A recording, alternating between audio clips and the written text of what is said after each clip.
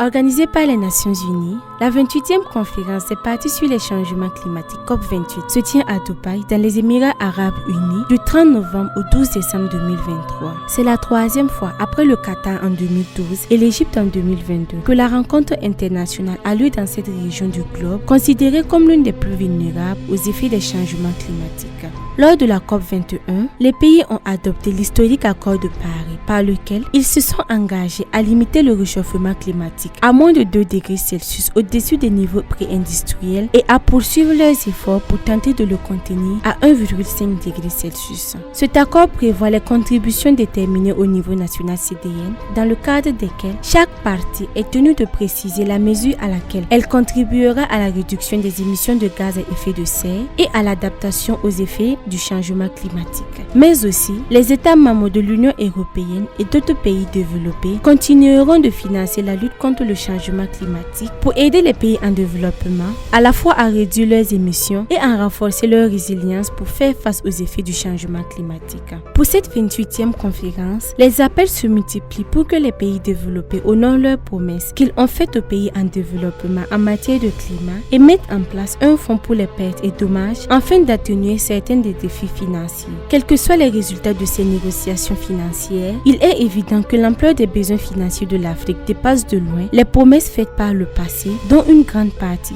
n'a d'ailleurs pas été honorée. 70 000 participants venus des 4 coins du monde sont attendus. L'agenda particulièrement chargé portera naturellement sur les thématiques telles que le développement de fonds d'aide, l'implication grandissante des nations en développement, la diminution progressive de la dépendance aux énergies fossiles, l'accélération de la transition énergétique ainsi que l'évaluation globale du progrès réalisé dans le cadre de l'accord de Paris depuis son entrée en vigueur en 2015. Le changement climatique est étroitement lié aux inégalités économiques. Les populations les plus pauvres de la planète sont non seulement les moins responsables du problème, mais aussi les plus vulnérables à ses effets et les moins préparées à y faire face.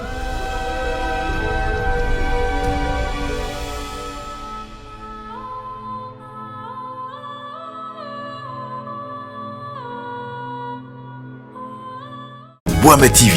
l'autre télé by Pro Org.